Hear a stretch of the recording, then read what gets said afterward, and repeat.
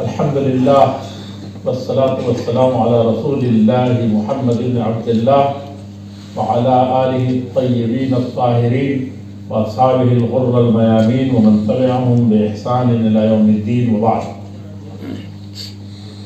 اس عظیم الشان اجلاس کے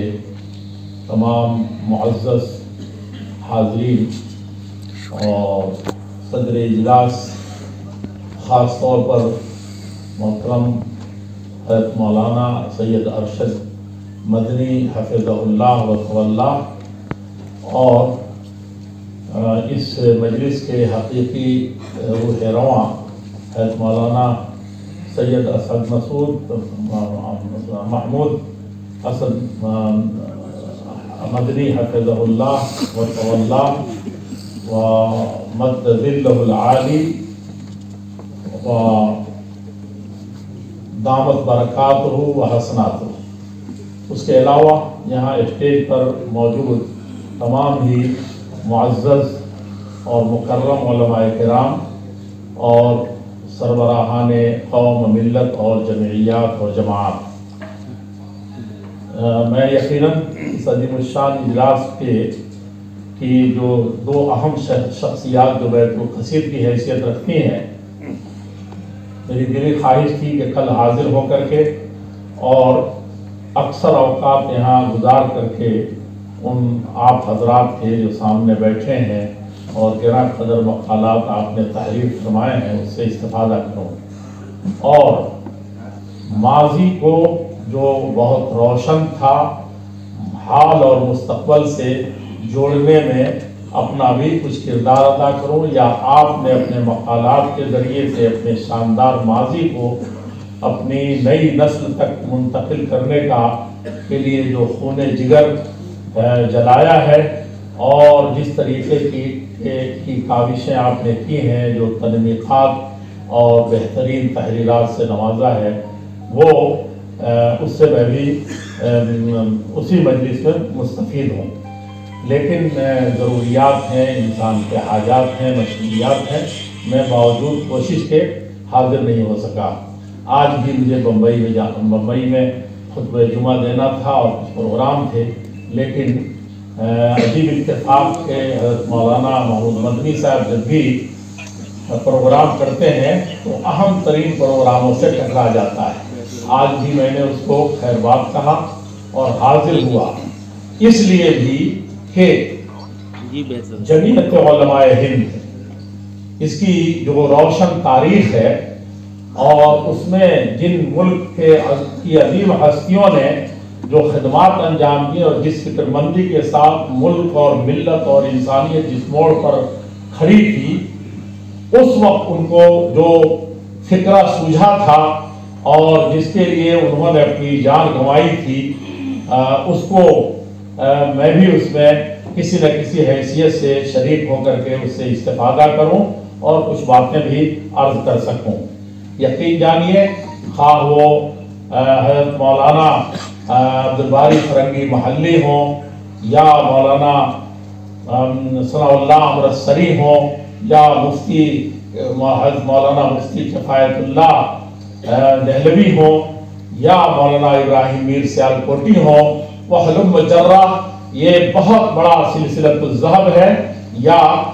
وہ حضرات ہیں جن کے بارے میں ہم کہہ سکتے ہیں اولئک آبائی فجئنی بمثلہم اذا جمعتنا یا جریر المجامع۔ وہ کس طریقے سے اکٹھا ہوئے تھے، کہاں سے چلے تھے،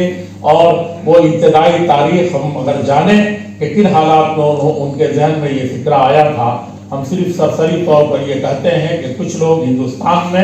کھڑے ہو گئے تھے اور انہوں نے علیحدگی کا یا ملک کے بٹوارے کا یا تقسیم یا اپنے کسی خاص حصے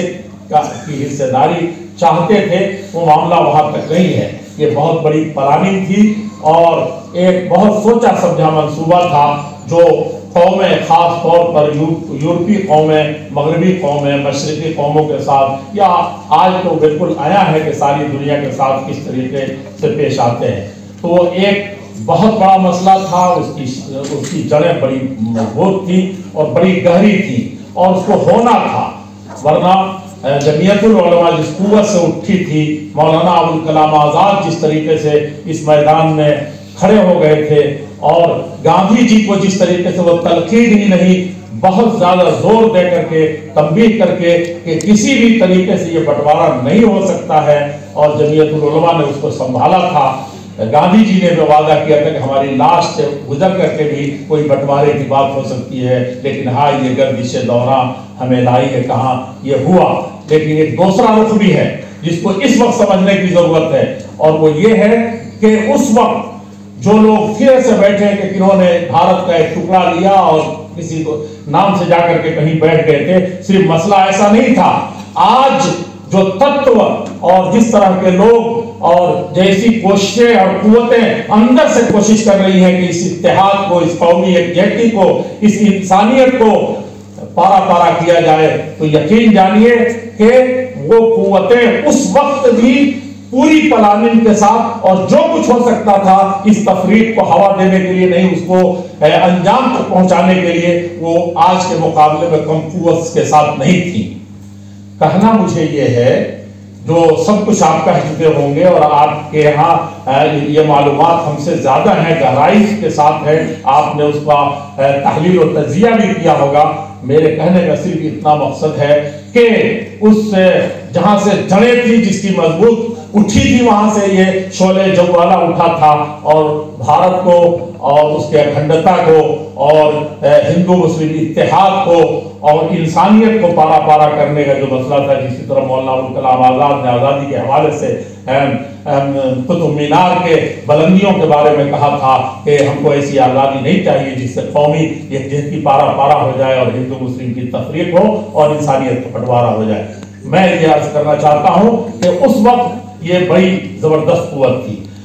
बहुत कुव्वत के साथ ये सारी मनफी कुव्वतें उठी थी, लेकिन जमीयतुल उलमा और मौलाना अबुल कलाम आज़ाद और हिंदुस्तान के वो हिंदू और मुसलमान उठ खड़े हुए थे जिन्होंने उस शोले जवाला को बुझाने की कोशिश की थी। आज हम किसी न किसी तरीके से वो अनासिर कहीं न कहीं इसी शक्ल में उठ रहे हैं, और जिसकी वजह से जरूरत है कि हमारे आबा व अजदाद ने जिस तरीके से उसका मुकाबला किया था, जिस फिक्रमंदी के साथ, जिस दर्दमंदी के साथ, और मैं ये अर्ज करूंगा कि जिस कौमी यकजहती और आपसी इत्तेहाद के साथ बिला बस फर्क के मसलक व मिल्लत, मैं कहना चाहता हूं कि उसी कुव्वत के साथ हमको, उसी इज्तिमाइयत के साथ, उसी मोहब्बत के साथ इस वक्त की भी कोई आवाज ऐसी उठती है जिससे जो नफरत की आंधियां बहाती हैं या अदावत के झक्कड़ आते हैं, तो उसके मुकाबले में इन्हीं जमीयतुल उलमा के अपने असलाफ के लिए कुछ खड़ा होना चाहिए। बात बहुत लंबी हो गई, मैं सिर्फ ये अर्ज करके खत्म करूं कि इसी सिलसिलतुल ज़हब की चंद कड़ियाँ थी, जिसमें से हज़रत मौलाना हिफ्ज़ुर रहमान सुहारी रहमतुल्लाह अलैह थे, जिनके बारे में कुछ कहना सूरज को चिराग दिखाने के मुतरादिफ होगा, और मौलाना सैयद फखरुद्दीन रहमतुल्लाह अलैह जो शेख हदीस भी थे देवबंद के, इन्होंने 10 साल 20 साल तक मुसलसल जमीयतुल उलमा के प्लेटफॉर्म से काम किए। मौलाना अब्दुल वहाब आरवी भी याद आते हैं कि किन नाजुक हालात में उन्होंने इसमें बड़ा किरदार अदा किया था, सब उसका जिक्र करते हैं। मैं इन दो अजीम हस्तियों के खिदमात को उनके लिए दुआ करके और उनके मिशन को और उनकी हिम्मत को जो पार्लियामेंट से लेकर के जहां कहीं आवाम तक पहुंचती थी, या दुरूस के हैसियत से जिस तरीके से कौम के नौजवानों और जवानों को वो तैयार करते थे, उस उसवे को लेकर के हम आगे बढ़ें, और अल्लाह जल्ल शानू से दुआ करते हैं कि अल्लाह जल्ल शानू इस काफिले जवान साल को मजीद हिम्मत और कुव्वत के साथ आगे बढ़ने की तौफीक अता फरमाए, और हम सबको उसका दस्तबाजू बन करके मुल्क के, मिल्लत के, इंसानियत के इस नाजुक घड़ी में हमको हर तरीके से उसमें दाम दिल में सुखने गुस्ते हर तरीके से इस काफिले के हुदी खानों के साथ हुदी खाने की जरूरत पड़े तब भी, और फयादा पा उसमें दौड़ने की जरूरत पड़े तब भी उसमें मुंसलिक होने की हमको तौफीक अता फरमाए। मैं आखिर में इस पर बहुत ज़्यादा हमारी नेक तमन्नाएँ हैं, दुआएँ हज़रत मौलाना महमूद मदनी حفظاللہ کے لیے، اور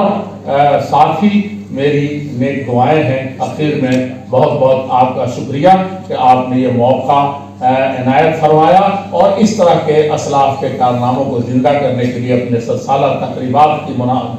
مناسبت سے اس طرح کے پروگراموں کو متعدد حوالے سے آپ نے انجام کیا ہے۔ میں آپ کا شکر گزار ہوں، لیکن میں چاہتا ہوں کہ آپ اس توفیق پر اللہ جل شانہ کا آپ شکریہ ادا کریں کہ آپ کے حصے میں یہ دولت آئی ہے۔ منت منے کہ خدمت سلطان ہمیں کنی، منت ازو شناس و خدمت بداشت۔ السلام علیکم ورحمۃ اللہ وبرکاتہ۔